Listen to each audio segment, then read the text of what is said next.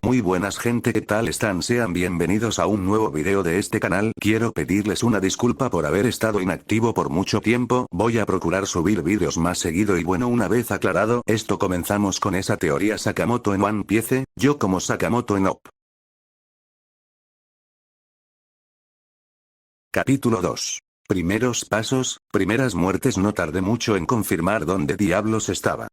Una caminata breve por un sendero de tierra apestoso a humedad, un par de miradas desconfiadas de aldeanos sin nombre, y entonces lo vi. Un cartel pegado torpemente en la pared carcomida de una taberna oxidada. Medio torcido, cubierto de mugre, con una esquina arrancada y un clavo a punto de soltarse. Pero la cara impresa era inconfundible. Monkey D. Luffy, 30.000.000 Berries. Ahí estaba, el sombrero de paja más famoso de la historia. Sonriendo como idiota. Ese cartel era como una bengala en la noche. Perfecto, aún es temprano en la historia, murmuré, mientras una sonrisa se me formaba en los labios. El East Blue. El mar más débil, según todos los libros y guías, pero yo sabía la verdad. Es débil solo para quienes no saben mirar. Aquí nacieron monstruos. Leyendas. Y, ahora, yo. Mis pies descalzos caminaron sobre la tierra húmeda. Cada paso dejaba huellas oscuras en el lodo de la isla. Una isla sin nombre. Un punto olvidado del mapa. Un rincón dominado por piratas de tercera categoría que creían que sostener una pistola te daba derecho a intimidar, violar, robar y mandar. Spoiler. No es así. El primer contacto fue rápido. La taberna era un desastre. Puertas colgando de bisagras oxidadas. Mesas cubiertas de grasa. Un olor a vómito, alcohol barato y orina fermentada. Y un piano desafinado al fondo, tocado por un anciano ciego que parecía no tener idea de lo que estaba pasando. Lo único que parecía realmente funcional en ese lugar eran las armas sobre las mesas. Y los idiotas que las usaban. Uno se levantó en cuanto crucé el umbral de la puerta. Camiseta sucia, tatuaje de calavera mal hecho en el cuello, sombrero ridículo con forma de tiburón. Un revólver oxidado en la mano. Sus ojos, pequeños y cargados de arrogancia. Forastero. Gruñó, con un escupitajo marrón cayendo al suelo. Este territorio es de los Skullfangs. Ah, qué nombre tan original, respondí sin detener el paso, mirándolo como quien mira una cucaracha en el baño. Con aburrida indiferencia. Él no lo tomó bien. Me apuntó al pecho con manos temblorosas. Una pequeña gota de sudor le resbaló por la sien. Pensaba que me tenía. Creía que el gatillo le daba poder. Disparó. Y yo ya no estaba ahí. Un crujido seco. Un snap que habría sido insignificante si no fuera porque venía acompañado de un cuerpo cayendo como muñeco de trapo. Cuello roto. Lo solté con desprecio, como si hubiese sido un saco de basura húmedo. Giré la cabeza lentamente. Mis ojos recorrieron la taberna. 14 personas. Todos hombres. Todos con armas. Todos Skullfangs. Y todos, de pronto, muy callados. ¿Alguien más quiere darme la bienvenida con plomo caliente, o pasamos directo a las despedidas? Silencio. Uno intentó levantarse por detrás, creyendo que con un machete podía cortar mi cuello antes de que me diera cuenta. ¡Qué gracioso! Giré, tomé su muñeca, la torcí. El hueso crujió como ramas secas. Gritó. Yo no. Le arrebaté el machete. Se lo devolví. Por la garganta. El tercero se acercó por el costado. Gordo, sudoroso, con una escopeta. Disparó. Moví el cuerpo del segundo frente a mí. El impacto lo destrozó. Usé la escopeta como lanza cuando me acerqué. La metí entre las costillas del gordo hasta que la empuñadura quedó atorada en su pecho. 4. El piano dejó de sonar. 5. Una botella voló en mi dirección. ¿En serio? La partí con un cabezazo. El sexto se congeló. Tenía un cuchillo en la mano, pero las piernas le temblaban. Le lancé la tapa de una mesa como un disco. Le rompí los dientes. Y la nariz. Y el cráneo. 6. Cuando me detuve, solo quedaban cadáveres. La madera del piso estaba empapada de sangre. El pianista ciego seguía tocando, por costumbre, las teclas manchadas de vino. Un cuervo graznó desde el marco de la ventana. Me senté en una silla rota. East Blue, susurré, limpiándome un poco de sangre de la mejilla, acabas de tener tu primer día sangriento cortesía del nuevo chico en la isla. Encendí un cigarro que uno de los muertos tenía en el bolsillo. Aún estaba seco. Inhalé. El humo supo a mierda. Lo tiré. Voy a necesitar mejores cigarros. Y mejores enemigos. Me levanté. No quedaba nadie para detenerme. Ni marines. Ni piratas. Ni siquiera el barman. Solo el sonido del mar a lo lejos. Y mis pasos saliendo del lugar. Taro Sakamoto, ¿eh? Murmuré con una sonrisa torcida. Mi nombre ya no era el de antes. Mi historia ya no era mía. Pero mi estilo. Ese sí. Letal. Rápido. Silencioso. Y recién estaba comenzando. Capítulo 3. El precio de una cabeza. El East Blue siempre ha tenido fama de ser el mar más tranquilo, el más débil, el más seguro. Pero la seguridad es un mito cuando hay hombres con poder y ningún sentido del límite. Esa tarde, mientras el sol caía como plomo derretido sobre los tejados podridos de la aldea costera, me crucé con un soplón de medio pelo. Literalmente. Tenía media melena, como si una mosquera le hubiera cortado la dignidad. Temblaba. Sangraba. Y yo le sostenía la pierna. «Red Esquite, dijiste». Pregunté mientras le metía una cuchara oxidada en el muslo, buscando la bala que le habían disparado horas antes. «Ak. Sí, maldición, ahí está». Jadeó. «Ese bastardo, pirata novato, 80 millones, 80. ¿Puedes creerlo? ¿Y qué hace aquí, en el East Blue?» Pregunté sin levantar la vista, pescando la bala con una técnica que probablemente ni los médicos reconocerían como medicina. El soplón gruñó, apretó los dientes, y escupió sangre y saliva antes de soltar. «Es un loco, comercia esclavos, armas, lo que sea. Tiene un barco enorme, putas, cañones, un burdel flotante. Hasta un cocinero personal, creo. ¿Tiene cocina?» Levanté una ceja. Bueno, al menos voy a cenar gratis. Solté la bala, dejé la cuchara tirada, y lo dejé ahí, vivo. Por ahora. La noche cayó rápido. El cielo se tiñó de tinta oscura, y la luna se asomó como una testigo morbosa. Un viento salado traía el olor a pólvora desde el mar, y en el horizonte se alzaba esa monstruosidad flotante. El barco de Red Esquite. No era un barco. Era un prostíbulo con velas. Faroles rojos, música estridente, risas borrachas, cuerpos colgando de balcones. Un burdel sobre el agua, con cañones en lugar de reglas, y sangre escondida bajo las alfombras. Y ahí fui yo. Caminando por el muelle, sin ocultarme. Sin máscara. Sin capa. Solo con mis manos, mis ojos filosos, y un pequeño tenedor que robé de la taberna anterior. Entré por la puerta principal. Porque me gusta el ruido. Porque el sigilo es para quienes temen morir. Porque quería que todos me vieran antes de morir. Adentro, la música era enfermiza. Un acordeón desentonado, risas nerviosas, el sonido del cuero azotando carne humana. Las paredes eran de terciopelo barato. Las cortinas, rojas. Las mujeres, aburridas. Los guardias, ebrios. Y yo, completamente fuera de lugar. Uno de los gorilas intentó alzar su arma cuando me vio. «¿Quién eres tú, cabrón?», balbuceó, tambaleándose. No respondí. Le metí un puñetazo en el pecho, directo al esternón. Usé su cuerpo como escudo cuando el segundo disparó. El plomo le perforó el torso a su propio compañero. «¡Mierda!», gritó. Le lancé el tenedor. Sí, el tenedor. Directo a la tráquea. Silencio inmediato. Avancé entre los pasillos como si llevara bandejas en una boda. Tranquilo. Eficiente. Letal.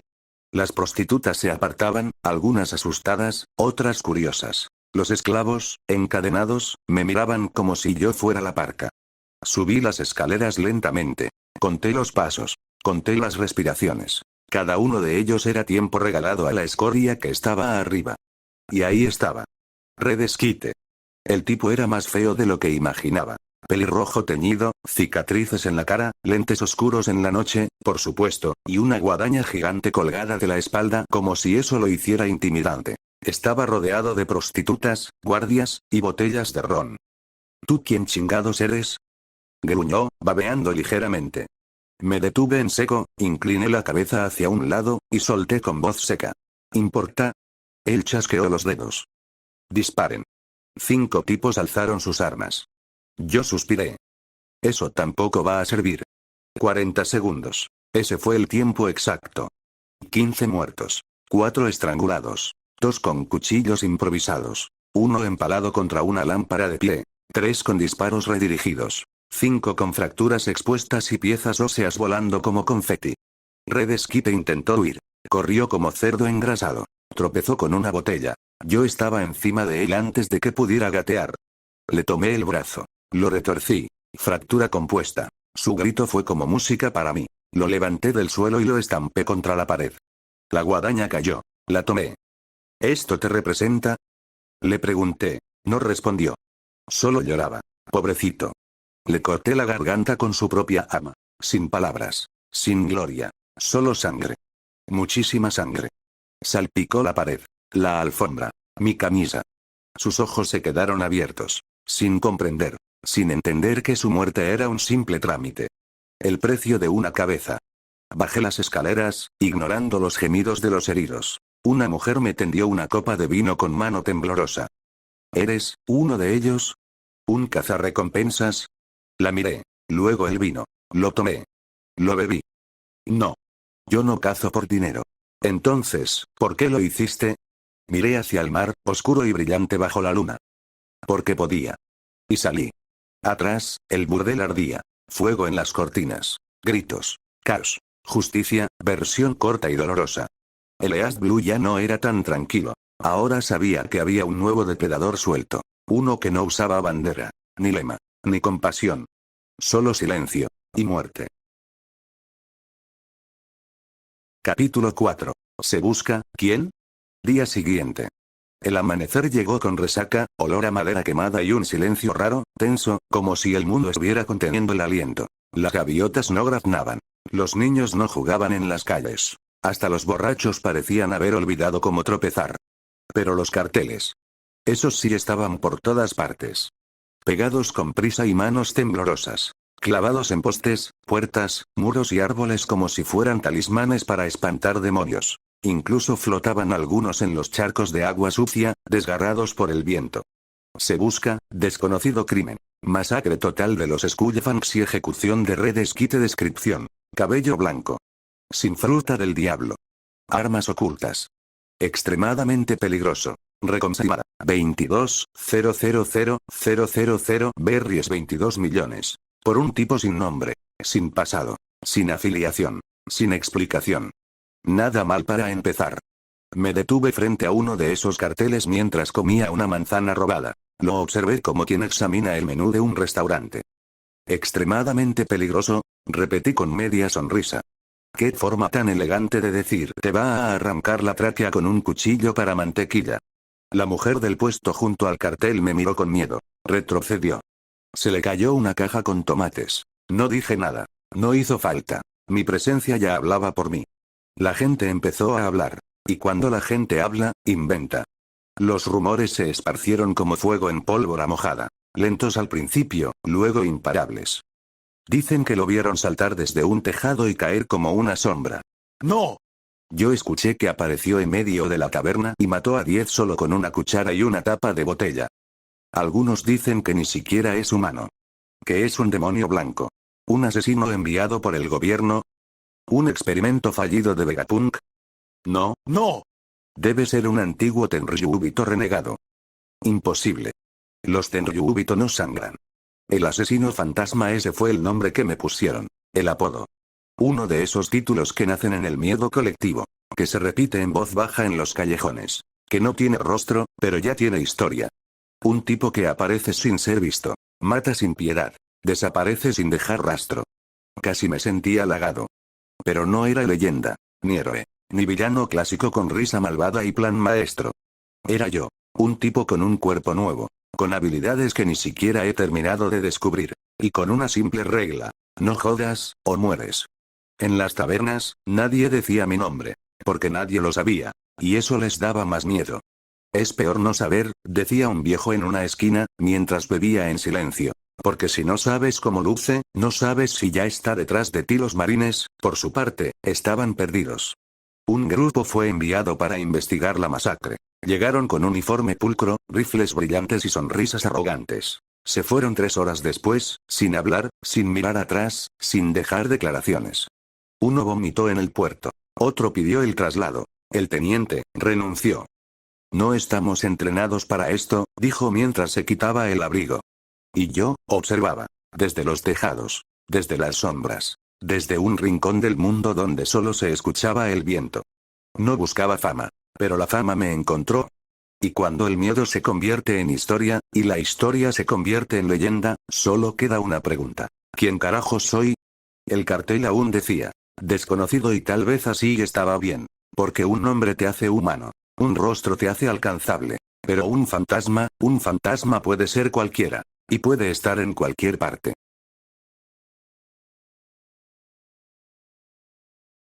Capítulo 5. Shelltown, mierda de Marina Shelltown. Otra maldita mancha en el mapa. Una ciudad que huele a botas sudadas de la marina y a hipocresía institucionalizada. Calles empedradas a medias, edificios con pintura desconchada, y una enorme torre militar en el centro, como si alguien hubiera querido compensar su pene pequeño con arquitectura de cemento gris. Vine por información. Pero desde que puse un pie en el puerto, supe que también iba a dejar cadáveres. Shelltown era un hervidero de soldados desganados, burócratas armados y una población civil aplastada bajo la bota del poder. La bandera de la marina ondeaba como una burla sobre los techos de casas pobres. Las patrullas recorrían las calles no para proteger, sino para controlar. Corrupción. Arrogancia. Torpeza. Una trilogía de mierda. Y todo bajo el mando de un hombre que parecía haber nacido para cagarla desde la cuna. Teniente Hawkins. Un imbécil con complejo de dictador. Barba fina, sonrisa de político barato, y una mirada que creía intimidar, pero solo delataba cobardía maquillada de autoridad. Era el típico marine que se manda a hacer una estatua con fondos públicos antes de disparar un solo tiro. Su lema era simple. La ley soy yo. El orden también una joya. Caminé por el distrito central disfrazado. Sombrero de paja, barba falsa, ropa de pescador, incluso tenía una canasta con peces podridos para parecer más miserable. Y funcionó. Nadie me miró dos veces. Ni los marines. Ni los civiles. Los invisibles siempre caminan entre los poderosos. Y los poderosos nunca ven la daga que se acerca, hasta que está en sus costillas. Me senté en un pequeño restaurante frente a la torre del cuartel. Un lugar sucio, con mesas pegajosas y platos agrietados. El tipo de sitio donde los soldados comían no por gusto, sino por costumbre. Y allí estaban. Dos oficiales. Uniformes ligeramente mejor planchados que los demás, pero con la misma podredumbre en los ojos. Comían fideos con los palillos que les daba la casa. Torcidos, manchados de salsa y probablemente llenos de bacterias. Yo me senté al lado, como quien busca un poco de sombra. No me miraron. Buen signo. Escuché. Se rumorea que ese asesino se dirige aquí, dijo uno, entre bocado y bocado. Mi oído se afinó. ¿El fantasma? ¿Ese loco de los Skullfangs y Red Skite? El mismo. Hawkins está histérico. Tiene a todos en alerta. ¿Y qué van a hacer si llega? Ese fue mi turno. Yo hice la pregunta. Voz ronca. Neutral. Sin levantar sospechas. El que tenía bigote respondió, sin girarse. Orden de disparar a matar. A la menor provocación. Buen plan, asentí. Solo que hay un pequeño problema. Ambos dejaron de comer. Intercambiaron miradas. ¿Cuál? Preguntó el más joven, tragando saliva. Sonreí. Ya estoy aquí. Y los maté con los mismos palillos con los que comían. Uno se los llevó clavados directo en el ojo. El otro, en la tráquea. Ambos cayeron como fideos mal cocidos, resbalando por la mesa en medio de su propia sopa. Los otros clientes no supieron si correr o hacerse los muertos. Yo simplemente me levanté, robé un pan del mostrador y salí caminando, como si acabara de terminar un almuerzo común y corriente. Shelltown ardía en rumores. La noticia se esparció como fuego en una cocina mal ventilada. Alguien mató a dos oficiales dentro del restaurante. Fue el asesino fantasma. Ni siquiera usó armas, solo palillos. El teniente Hawkins mandó cerrar las puertas del cuartel. Activó una alerta roja. Detuvo a 20 pescadores al azar. Quemó retratos. Insultó a sus propios hombres. Y lo peor, tenía miedo. Porque la muerte había llegado. Y no había entrado por el techo. Ni por los túneles. Había entrado, se había sentado, y les había comido el almuerzo. Yo, mientras tanto, me subí al tejado de una vieja posada. Desde allí, veía el cuartel. Las luces encendidas, los marines corriendo como ratas ciegas, y Hawkins gritando órdenes que nadie seguía. Me acosté sobre las tejas, dejando que el aire me acariciara el rostro. Shelltown, murmuré, mordiendo el pan robado. Ya hueles a cadáver fresco. Capítulo 6. Sangre en el mar. Mi nombre no salía en los carteles aún. Seguía apareciendo como desconocido. Una sombra sin rostro. Un mito con cuchillos. Pero el miedo ya me precedía. Tabernas enteras cerraban antes del anochecer. Capitanes pirata evitaban ciertas rutas solo por si acaso. Los marines de rango medio pedían traslados a bases lejanas con la excusa de enfermedades familiares. La paranoia se esparcía como peste. Y no les culpo. Red Skite, muerto. Los Skullfangs, extintos. Shaletown, humillada. Y todo sin bandera, sin declaración, sin jodida fruta del diablo. Solo mis manos. Y una paciencia limitada. Fue en alta mar donde la caza comenzó. En una pequeña embarcación robada, con velas parchadas y madera húmeda, iba rumbo a la siguiente isla cuando me topé con ellos. 3 cazarrecompensas. Pagados por quién sabe quién. Estúpidos con hambre de fama. Idiotas con exceso de confianza y cero sentido de autoconservación. Sus barcos eran más grandes. Sus sonrisas, más amplias. Pero las sonrisas no sirven de escudo cuando el agua huele a sangre. Los vi venir desde la distancia. Velas negras. Banderas improvisadas. Y una conversación entre ellos que se escuchaba incluso con el viento. Ese cabrón no tiene fruta, es solo humano. Humano o no, vale casi 40 millones. Yo quiero su cabeza colgando en mi sala. ¿Mi cabeza? ¡Qué tiernos! El primero en abordar fue un tipo alto, moreno, con cicatrices en el pecho y 2 espadas en la espalda. Las desenvainó como si fuera un samurái moderno. Yo soy Iron Hiro, dijo, inflando el pecho. Fui el mejor asesino del West Blue. Y sin embargo, estás aquí, en mi barco, le respondí sin levantarme. Se lanzó. Yo di un paso a la izquierda. La primera espada cortó aire. La segunda también. Le pateé la rodilla. Sonó como un coco al partirse. Gritó. Le quité una espada y le hundí la otra en el costado. Luego le corté el cuello con su propia hoja. Murió sin terminar su maldita presentación. El segundo fue más sutil. Una escopeta recortada, sonrisa podrida, y una granada colgando del cinturón. No necesito presentarme, dijo. Solo necesito que te mueras. Disparó. Esquivé. Salté. Cerré la distancia en un segundo. Le quité la escopeta. Le di con la culata en la cara. Dientes al agua. Le metí la granada en la boca. Toma, mastica. Lo lancé al mar antes de que explotara. El agua se tiñó de rojo y pedazos. 2 fuera. El último. Ah, el último fue un poema. Un chico joven. Rubio, flaco, con el miedo saliéndole por los poros. Temblaba. Tenía una daga en la mano. Y la entrepierna mojada. Yo solo quería el dinero, balbuceó. Lo miré. ¿Te orinas encima antes o después de atacar? Intentó apuñalarme. Le tomé la muñeca. Se la rompí. Le metí un cabezazo en la nariz. Y lo dejé caer sobre la cubierta. Nunca inicies una pelea que tu vejiga no puede aguantar. Le rompí el cuello. Rápido. Sin rabia. Solo eficiencia. Cuando terminé, el mar estaba tranquilo. Los cuerpos flotaban como botellas vacías. El olor a pólvora, sangre y orina flotaba en el aire. Y yo volví a sentarme, como si nada hubiera pasado. Encendí un cigarro. Miré al horizonte. Poco después, me enteré por un comerciante que mi recompensa había subido. 38,000,000 berries. Y esta vez, el cartel sí tenía nombre. Sakamoto el fantasma crimen. Múltiples asesinatos, terrorismo, masacres navales. Descripción. Hombre de cabello blanco. Extremadamente letal. Sin fruta. Sin barco fijo. Sin afiliación. Advertencia. No enfrentarlo en combate cerrado. No enfrentarlo en combate. No enfrentarlo. Y debajo, una frase en tinta negra, escrita por algún idiota poético. Un hombre sin fruta, sin bandera, sin tripulación, pero con manos más letales que una flota entera. No está mal. Pero aún falta mucho. La sangre en el mar era solo el prólogo. Y yo apenas estaba empezando a calentarme.